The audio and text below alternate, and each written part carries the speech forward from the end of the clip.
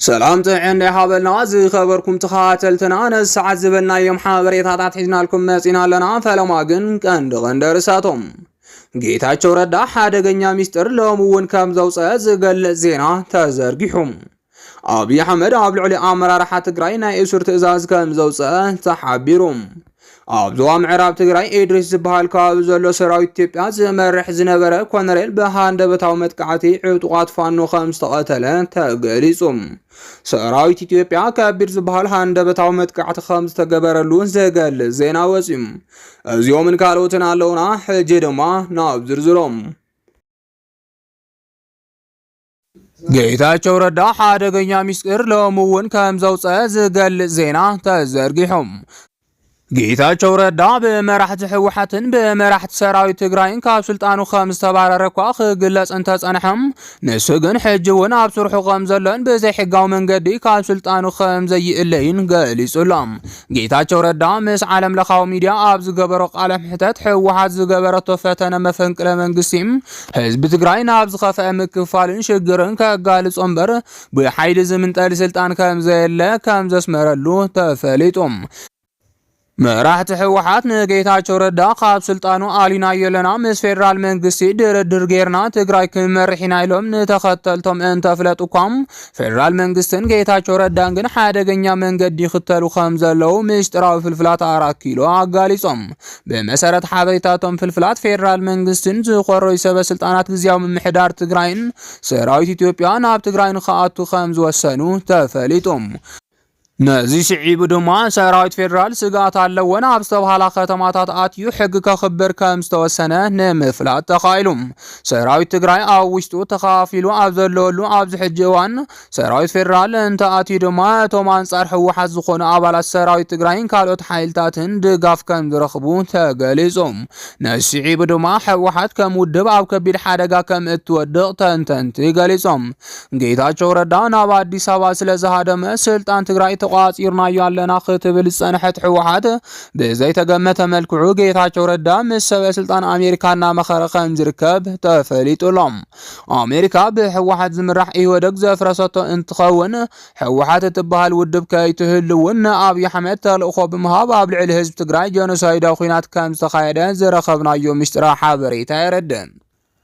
بمسارات حبريتا اتم وتهدراو ሊቃውንቲ ሰበስልጣን አሜሪካ ህወሓት ከም ውድብ ክትህሉ ስለዘይደ اليوم ምስ አንጻር ህወሓት ዝኾኑ ጌታቸው ረዳ ዶክተር አብርሃም በላይን ምስ አብይ አሕመድን መኺሮም ህወሓት ኣብ ፖለቲካ ትግራይ ከይትህሉ ክገብሩ ከም ዝኽእሉ ገሊጾም ስለዚ ድማ ደገፍቲ ህወሓት ንዓለም ግብረ ሀድን ካልኦት መራሕቲ ህወሓትን ስልጣን ትግራይ ከም ዝተረከቡ ገይሮም በሚድያታት ዘመተ እንትኸፈቱኳም በአሜሪካን ፌደራል መንግስትን ዝሕሰብ ዘሎ ግን ከቢድን ዘይተገመተ ስለዝኾነ ንህላው ህወሓት ይኹን ንህላው ህዝብ ትግራይ ዝኸፍአ ሓደጋ ሒዙ ክመጽእ ከም ዝኽእል ተሓቢሮም አብይ አሕመድ ኣብ ልዕሊ ኣመራርሓ ትግራይ ናይ እሱር ትእዛዝ ከም ዘውፅአ ተሓቢሮም ኣብዚ ሕጂ እዋን ህዝቢ ትግራይ ከቢድ ናይ ምብታን ሓደጋ ከም ዘጋጠሞ ተንተንቲ እንዳገለጹ ይርከቡ ህዝቢ ትግራይ 30 ሚእታዊ ግዝኣቱ ኣብ ትሕቲ ወረርቲ እናሃለወን ተመዛበልቲ ኣብ ከቢድ ስቃይ እናሃለውን ብዛዕባ ስልጣኖም እምበር ብዛዕባ ህዝቢ ትግራይ ዘይግደሱ ምዃኖም ዝነገረሎም ውሱናት መራሕቲ ብዝፈጠርዎ ህውከት ህዝቢ ትግራይ ብኸባቢነት ተኸፋፊሉን መራሒ ሲኢኑን ከም ዝርከብ ዝረኸብናዮ ሓበሬታ የረድእ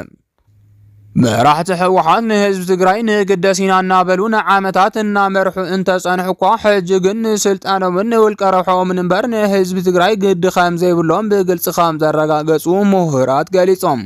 ነስዒቡ ድማ መራሕቲ ህወሓት ኣካይዶም እንተዘይቀይሮምን ንህዝቢ ትግራይ ዝጠቅም ኣጀንዳ ሒዞም እንተዘይመጽኦምን ድሕሪ ሕጂ ንህዝቢ ትግራይ ንሕና ኢና እንፈልጠሉ ዝብል ድሑርን ዝኣረገን ኣተሓሳስባ ከም ዘይሰርሕን ሙሉእ ብሙሉእ ከም ዘብቅዐን ተሓቢሮም እዚ ከምዚሉ እናሃለወ መራሕቲ ህወሓት ስልጣን ወይ ሞት ዝብል መርገጽ ከም ዘለዎም ኣቐዲሙ ዝተረድአ አብይ አሕመድ ትግራይ ንምብትታን ጽቡቕ ኣጋጣሚ ከም ዝረኸበ ካብ ፍልፍላትና ዝተረኸበ ሓበሬታ የረድእ ሕጂ ዝተረኸበ ሰበር ዜና ከም ዝሕብሮ ድማ አብይ አሕመድ ኣብ ልዕሊ ወሰንቲ ሰበስልጣናት ትግራይ ስጉምቲ ይወስድ ከም ዘሎ ተሓቢሮም بمسارات كافل فلات 4 كيلو استرخب حبريتا أبي أحمد أبل علم محدار جيتاچو ردا سقمت نخسر تأزاز ذهابون علوت حالفت هوحاتن لعلوت حالفت سراوي تجراين ناي إسور تأزاز كم زوجة تجليزهم አብይ አሕመድ ዝወሰዶ ናይ እሱር ትእዛዝ ኣብዚ ሕጂ ግዜ ተፈጻሚ ክኸውን ከም ዘይኽእል ምሁራት ሓቢሮም። ምክንያቱ ድማ አብይ አሕመድ ኣብዚ ሕጂ እዋን ኣብ ልዕሊ መራሕቲ ትግራይ ናይ ምእሳር ስልጣን ስለ ዘይብሉ እዩ ክብሉ ይገልጹ። ይኹን እምበር አብይ አሕመድ ሰራዊቱ ናብ ትግራይ እንተእትዩን ብምክንያት ውዕሊ ፕሪቶርያ ሰራዊት ትግራይ ዕጥቅን ተፈቲሑን መተሓበርቲ ዝበሃሉ ጀነራላት ትግራይ ይኹን መራሕቲ ትግራይ ኣብ ትሕቲ ቁፅር ከም ዝውዕሉ ዘጠራጥር ከም ዘይብሉ ተገሊጾም። ተንኮል አብይ አሕመድ ዝርድኡ መራሕቲ ሕወሓት ድማ ንባዕሎም ክድሕኑ ህዝቢ ትግራይ ናብ ኩናት ከእትዎ ከም ዝኽእሉ ተቃወምቲ እቲ ውድብ ይገልጹ። እቶም ተቃወምቲ ወሲኾም ከም ዝገለጽዎ መራሕቲ ሕወሓት ዝኾነ ይኹን አጀንዳ ፈጢሮም መንሰይ ትግራይ ናብ ጦርነት ከሰልፍዎ ከም ዝኽእሉ ስጋኣትና እዩ ብምባል ሓበሬታ የቃልሑም። ኣብ ዞባ ምዕራብ ትግራይ ኢድሪስ ዝበሃል ከባቢ ዘሎ ሰራዊት ኢትዮጵያ ዝመርሕ ዝነበረ ኮሎኔል ብሃንደበታዊ መጥቃዕቲ ዕጡቃት ፋኖ ከም ዝተቐተለ ተገሊጹ። ወረርቲ ሓይልታት ተስፋሕፋሕታ ኣምሓራ ኣብ ክልሎም ዝገብርዎ ዘለው ውግእ ብተወሳኺ ሎሚ ኣብ መሬት ትግራይ እውን ምስ መከላኸሊ ሰራዊት ኢትዮጵያ ውግእ ጀሚሮም ምህላዎም ተሓቢሮም። ዕጡቃት ክልል ኣምሓራ ንልዕሊ 3 ዓመት ውዳበታቶምን ኣድማሶምን ኣስፊሖም ኣብ ትግራይ ዓሪዶም ከም ዝርከቡ ዝፍለጥ እዩ። ብመሰረት እዚ እውን ብርክት ዝበሉ ወንጀል እንዳፈጸሙ ዘለው ኮይኖም ኣብ ልዕሊ ነበርቲ ዞባ ምዕራብ ትግራይ ከቢር ዝበሃል ግፍዒ እንዳፈጸሙ ይርከቡ። ዋላ እኳ ኣብ ዝተፈላለዩ ግዜያት ዞባ ምዕራብ ትግራይ ነፃ ንምውፃእ ዝተፈላለዩ ዋዕላታትን ወተሃደራዊ ምንቅስቃስን እንተጀመረን ክሳብ ሕጂ ግን ኣዞም ወረርቲ ኣብ ትግራይ ዓሪዶም ምህላዎም ይፍለጥ። ህዝቢ ምዕራብ ትግራይ እውን ኣብ ዝተፈላለዩ ናይ ትግራይ ቦታታትን ኣብ ሱዳንን ኣብ ግዜያዊ መፅለሊ ኮይኖም ሎሚ እውን ንመከራ ተሳጢሖም ምህላዎም እንዳተገለጸ ይርከብ። ሎሚ እውን ብተመሳሳሊ መከራ እዚ ህዝቢ ንክቅጽል ዝደልዩ ወረርቲ ሓይልታት ኣብ ምዕራብ ትግራይ ሓያል ኩናት ከፊቶም ምህላዎም ይግለጽ ኣሎም። ብመሰረት እዚ እውን ሓይልታት ፋኖ ምስ መከላኸሊ ሰራዊት ዘካይድዎ ዘለው ውግእ ካብ ዓዲ ጎሹ ክሳብ ኢድሪስን ኣደባይን ዝሸፈነ ኮይኑ ሰላማዊ ህይወት እቲ ዝተረፈ ህዝቢ ምዕራብ ኣብ ሓደጋ ኣትዮሞ ምህላዎም ድማ ተሓቢሩሎም። ሓይልታት ፋኖ ኣብ ብዙሕ ከባቢታት ዞባ ምዕራብ ትግራይ ውዳቦኦም ኣስፊሖም ናይ ገዛ ርእሶም ኣወዳድባ ብምግባር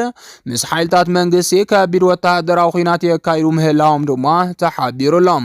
ኣብ ወረዳ ቃፍታ ሑመራ ኢድሪስ ከባቢ ብመኪና ኣብ ምጓዓዝ ዝነበረ መከላከያ ሰራዊት ኢትዮጵያ ፋኖ ደፈጣ ገይሩ ብምጽናሕ መጥቃዕቲ እንትፍጸመ እቲ መጥቃዕቲ ናብ ሓያል ውግእ ተቀይሩ ምህላው ድማ ተሓቢሩሎም። እስካብ ሕዚ ቀፂሉ ዘለው ውግእ ከዓ ካብ ሓይልታት ፋኖ ልዕሊ 80 እንትሞቱም ብዙሓት ከም ዝቆሰሉ ካብቲ ከባቢ ዝተረኸበ መረዳእታ እንትሕበር ካብ መከላኸሊ ሰራዊት ድማ ልዕሊ 150 እንትሞቱ ኣዛዝ ናይቲ ከባቢ ክፍለ ጦራት ዝኾነ ድማ ሓደ ኮሎኔል ተቐቲሉሎም። ብሰንኪ ዝውግእ ድማ ኣብ ልዕሊ ነበርቲ እቲ ዞባ ዝተፈላለዩ ጉድኣትን ፀገማትን የጋጥሞ ከም ዘሎ ይንገር ምህላው ምንጭታት ኣረጋጊጾም። ብተወሳኺ እውን እዚ ውግእ ንብርክት ዝበለ ቅልውላው ዘሳጥሐ ኮይኑ ዞባ ምዕራብ ትግራይ ናብ ዝተናውሐ ዕግርግር የምርሕ ምህላው ድማ ዝረኸብናዮ ሓበሬታ የረድእ።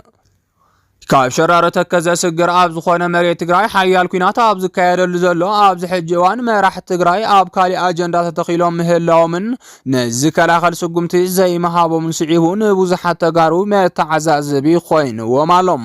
ኣብ ትግራይ ከተማ መቐለ ተቐሚጦም ትማሊ መስዋዕት ዝኸፈለ ህዝቢ ረሲዖም ነንባዕሎም እናተናኸሱ ዝውዕሉ ዘለው መራሕቲ ትግራይ ኣብ ህልው ኩነታት ዞባ ምዕራብ መግለፂ ዘይመሃቦም ስዒቡ ድማ ንብዙሓት ኣገሪሙሎም። እዚ ከምዚ ኢሉ እንዳሃለወ ሎሚ ዕጡቃት ፋኖን ካልኦት ሚሊሻያትን ኣምሓራ ኣብ ዞባ ምዕራብ ትግራይ ኮይኖም ዝወልዕዎ ውግእ ኣብቲ ከባቢ ናብ ዝለዓለ ወተሃደራዊ ወጥሪ ኣምሪሕሎም። ብርክት ዝበላ መኻይንን ሓይሊ ሰብን ብሃንደበታዊ መጥቃዕቲ ፋኖ ዝተቃጸሎ መከላኸሊ ሰራዊት ከዓ ነዞም ዕጡቃት ንምኽባብ ብዳንሻን ብሸራሮን ናብ ዓዲ ጎሽ የምርሕ ምህላው እንዳተሓበረ ይርከብ። ይኹን እምበር እዞም ናይ ፋኖ ዕጡቃት ካብ ኤርትራ ሓገዝ ከም ዝተገበረሎም ክሕበር ዝጸንሐ ኮይኑ ሎሚ እውን ካብ ሻዕብያ ሓገዝ ይግበረሎም ክህሉ ከም ዝኽእል ይሕበር ኣሎም። ነዚ ስዒብ እውን እዚ ኣብ ወረዳ ቃፍታ ሑመራ ዓዲ ጎሽን ኣደባይን ዘጠቓለለ ዝካየድ ዘሎ ውግእ ናብ ዝተናውሐ ግጭት የምርሕ ምህላው ዝረኸብናዮ ሓበሬታ የረድእ። ዝኸበርኩም ተኸታተልትና ነሰዓት ዝበልናዮም ሓበሬታታት ነዚኦም ይመስሉ ነይሮም። ንምክትታልኩም ካብ ልብና መስግን።